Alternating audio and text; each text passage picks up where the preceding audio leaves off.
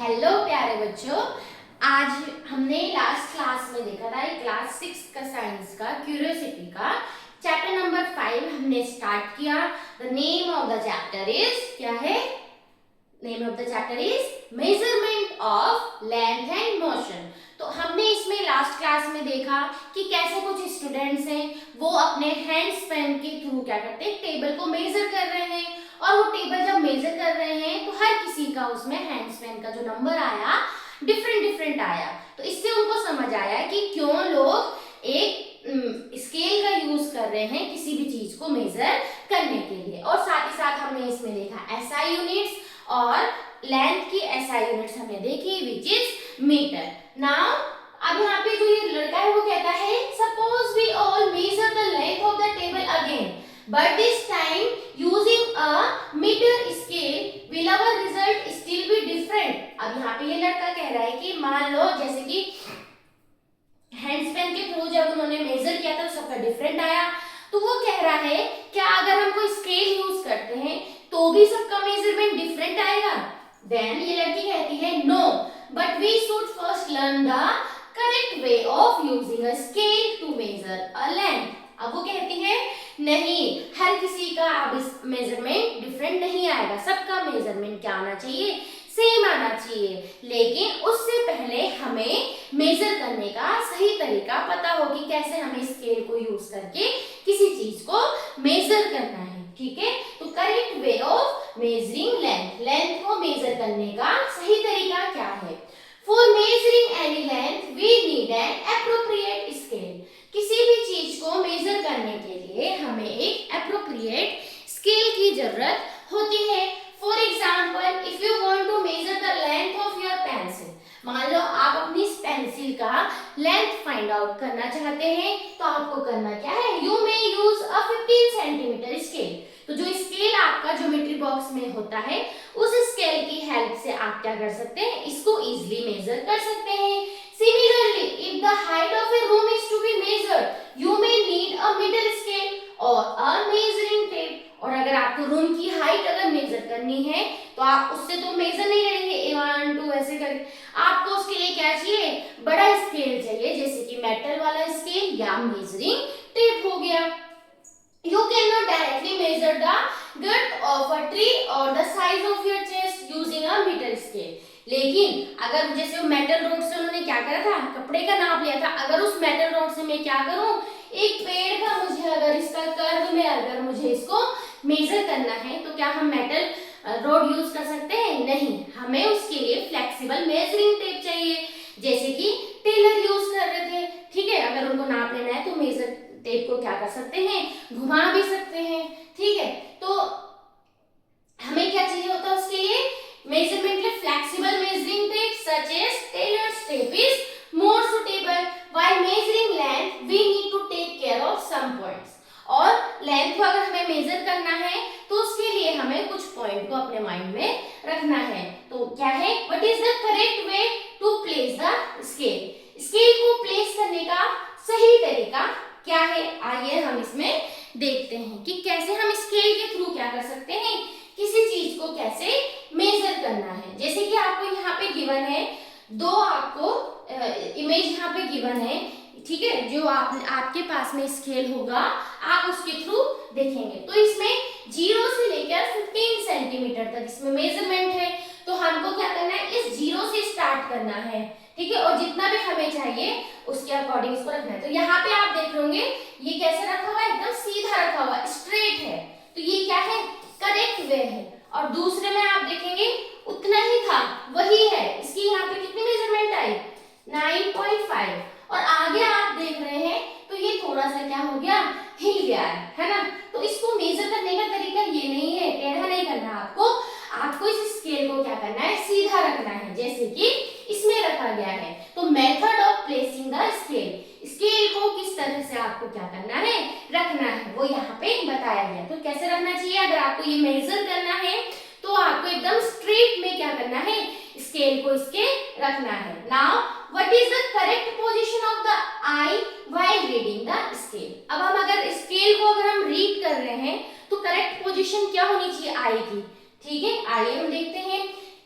For example, if you are trying to measure the length of a pencil by a line with eraser, the position of your eye should be directly above the tip of the pencil. अगर आपको क्या करना है, इस pencil का measurement लेना है और इसको नीचे रखा और यहाँ पे आपने स्केल रखा, तो आपको क्या करना है, जो इसका पॉइंट है, टिप है, वहां पे आपकी क्या होनी चाहिए, आई होनी चाहिए, ठीक है, वहीं पे आपकी नजरें होनी चाहिए, ठीक है, जैसे कि यहाँ पे आपको दिखाया गया है। तो आप यहाँ पे देखेंगे कि 13.5 पे ये इसका मेजरमेंट बताया गया है, ठीक है। तो करेक्ट पोजीशन ऑफ द आई, ठीक, क्या है यहाँ पे, बी, एकदम स्ट्रेट हमें ऐसे देखना है, ठीक है।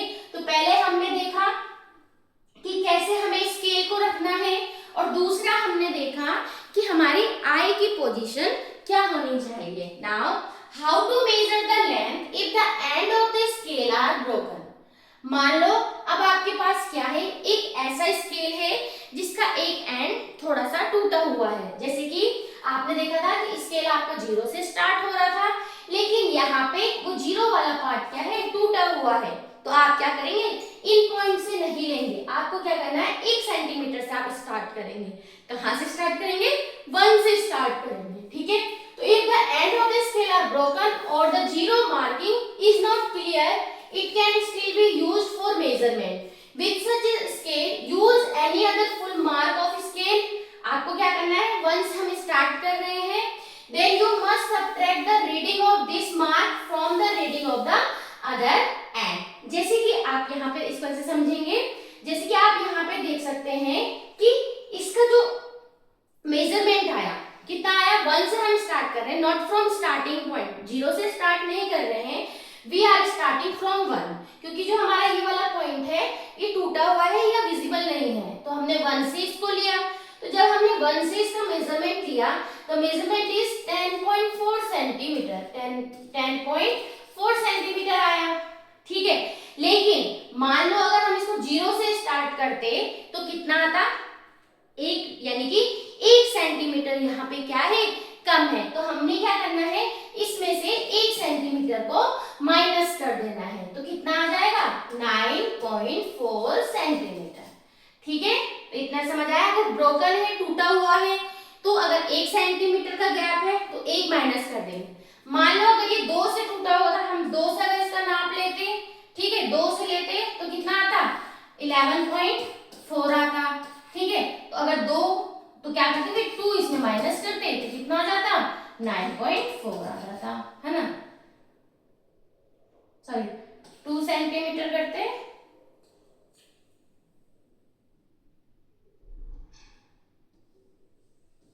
ठीक है, तो इतना आ जाएगा, ठीक। How to visually challenge student measure length. अब जो विजुअली चैलेंज होते हैं, जिनको क्लियरली दिखता नहीं है, तो वो कैसे मेजर करते हैं, तो उनके पास they use scales with raised marking that can be felt by touching them. तो उनके पास ऐसे मार्किंग होती है जिनको वो टच करके उनको पहचान सकते हैं, ठीक है। नाउ अब आपको क्या करना है, यहाँ पे एक एक्टिविटी गिवन है, आपको कुछ ऐसे ऑब्जेक्ट लेने हैं, उनको क्या करनी है, उनकी लेंथ को आपको मेजर करनी है, ठीक है, लाइक कॉम, पेन, पेंसिल, इन सबको मेजर करके आपको इसमें लिखना है, आपके पास जो स्केल होगा उसके थ्रू। तो आप वो सब यहाँ पे लिख देंगे, जैसे कि पेंसिल, आपकी पेंसिल है ना, पेंसिल, इरेजर, ये सब आप देख लेंगे इनकी लेंथ कितनी है। अभी आपने देख लिया है कि कैसे आपको स्केल से मेजर करना है, कैसे आपको स्केल को रखना है, कैसे आपको अपने आईज रखनी है, क्या आई की सही प्लेस होनी चाहिए, और कैसे आपने देखा अगर आपका स्केल टूटा हुआ है तो किस तरीके से आप उसको यूज करेंगे। तो यहाँ पे आप सब लोग उनका मेजरमेंट लिखेंगे, ठीक है। Now while writing the length do not forget to write the unit also. तो जब भी हम लेंथ लिखें तो उनकी जो यूनिट है उसको लिखना ना भूलें। मान लो कि इरेजर है, इरेजर का जो लेंथ आया वो आया 5, अब 5 क्या आया, सेंटीमीटर, 5 सेंटीमीटर, ये लिखना जरूरी है। जैसे पेंसिल है, पेंसिल की मान लो लेंथ आई 15 सेंटीमीटर, तो हम क्या लिख रहे हैं, सेंटीमीटर, तो उसकी क्या है, एक यूनिट है ना। कुछ आपके मीटर में हो सकते हैं, मान लो कोई आपको एक क्लॉथ दिया गया है, ठीक है, कोई कपड़ा दिया गया है, आपने उसको मेजर किया, इट इज 2 मीटर, मान लो वो कितना आया, 2 मीटर आया। तो आगे क्या है, यूनिट्स लिखना क्या है, जरूरी है, ठीक है। तो देख लेते हैं, does your result will consist of 2 parts. अब आपने देखा कि जो आपका रिजल्ट है वो 2 पार्ट में आया, जैसे कि 5 सेंटीमीटर, ठीक है, 10-15 सेंटीमीटर, और मैंने लिखा 2 मीटर। तो इन 2 पार्ट आया, जिसमें कि पहला पार्ट क्या है, नंबर है, और दूसरा part is the unit of the measurement. जिस भी मेजरमेंट में आपने लिया है उसकी क्या है, यूनिट है। तो आपका जो भी लेंथ आपने ली है, जो भी आपका रिजल्ट आया वो 2 पार्ट में है, पहला is number and second one is unit, ठीक है। तो some of your friends in the class would have measured the length of the same object, compare the length measured by you with that of your friends, are the measured length the same or slightly different, if not the same discuss the possible reason for the differences। अब आपको क्या करना है कि आपने सबने major किए, तो कुछ ना कुछ आप क्या करेंगे, अगर डिफरेंस पाया गया है तो उस डिफरेंस को फाइंड आउट करने के लिए, क्यों डिफरेंस क्यों आया, आपको डिस्कस करना है। तो डिफरेंस हो सकता है किसी ने सही से ना देखा हो, किसी ने स्केल सही ना रखा हो, इस कारण से क्या हो सकता है, वहां पे डिफरेंसेस आ सकते हैं। Now the unit of length, ठीक है, यूनिट ऑफ लेंथ हम क्या ले रहे हैं, मीटर, सेंटीमीटर, किलोमीटर, इस तरीके से हम लिख रहे हैं, such as kilometre, metre, centimetre and millimetre. Begin with the lower case letter except at the beginning of a sentence. आपको क्या करना है कि जब भी आप यूनिट लिखें, ठीक है, तो हमेशा यूनिट को कैसे लिखना है, किलोमीटर है तो के को भी छोटा, एम को भी छोटा, मीटर है तो एम छोटा, और सेंटीमीटर है तो सीएम, सबको छोटे फॉर्म, छोटे में ही लिखना है, except beginning of the sentence. Except जहां पे सेंटेंस की बिगिनिंग हो रही है वहां पे छोड़ के आपको क्या करना है, इनको इस तरीके से लिखना है। Their symbols kilometre, metre, centimetre and millimetre are also written in lowercase letters and are never followed by s for the plural। आपको क्या करना है कि इनके जो आपको हमेशा इनको एक तो छोटे उसमें लिखना, जैसे किलोमीटर, मीटर, सेंटीमीटर, और आपको क्या करना है कि इनका जो, अगर आप प्लूरल की बात में मान लो मैंने लिखा 5 किलोमीटर, तो इसमें s ऐड नहीं करना, s आपने जोड़ दिया तो ये क्या हो गया, गलत हो गया। तो सही तरीका है लिखने का 5 किलोमीटर।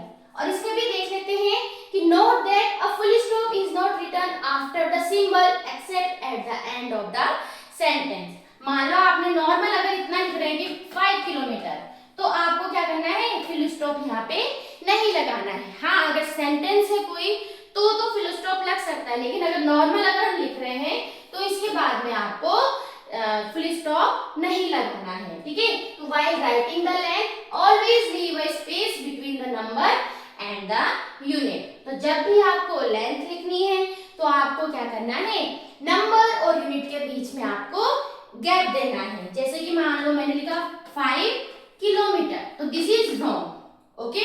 तो you have to leave a space between number and unit. उस नंबर और यूनिट के बीच में आपको क्या करना है, स्पेस देनी है। तो ये एक तरीके से सही तरीका है। तो यहाँ पे आपको दिखाया गया है कि कैसे आपको जो वो नंबर है और जो यूनिट है आपको किस तरीके से लिखना है, ठीक है। Now measuring the length of a curved line. अब आपको अगर कर्व्ड लाइन को मेजर करना है तो आप किस तरीके से उसको मेजर करेंगे। तो Anis and his parents fixed electric string light on the arches of the veranda of their house। जैसे यहाँ पे आपको दिखाया गया है, उनको क्या करनी है, यहाँ पे ये लड़ियां इन्होंने लगाई है, लाइट्स लगाई हैं। तो how would they have measured the required length of the string light? तो वो उसको मेजर किस तरीके से करेंगे।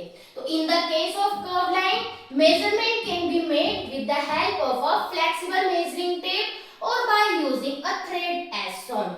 इसमें क्या कर सकते हैं, या तो जो फ्लेक्सिबल मेजरिंग टेप है उसकी हेल्प से वो कर सकते हैं, या वो क्या कर सकते हैं, पहले एक थ्रेड लें, उस थ्रेड की हेल्प से उसको क्या करें, नापे और बाद में जितना वो थ्रेड आया उस थ्रेड की वो लेंथ ले लें, ठीक है। The thread can then be straighten and its length can be measured using a metre scale, ठीक है। जैसे कि पहले इस रोप से क्या करा, ऐसे करके देखो इसको कर्व में इसका मेजर कर लिया, उसके बाद इस रोप को स्ट्रेट कर लेंगे और एक मेजरिंग टेप या मेजरिंग स्केल की हेल्प से, मीटर स्केल की हेल्प से इसको क्या कर देंगे, मेजर कर देंगे। Okay, now the next one is describing position, ठीक है।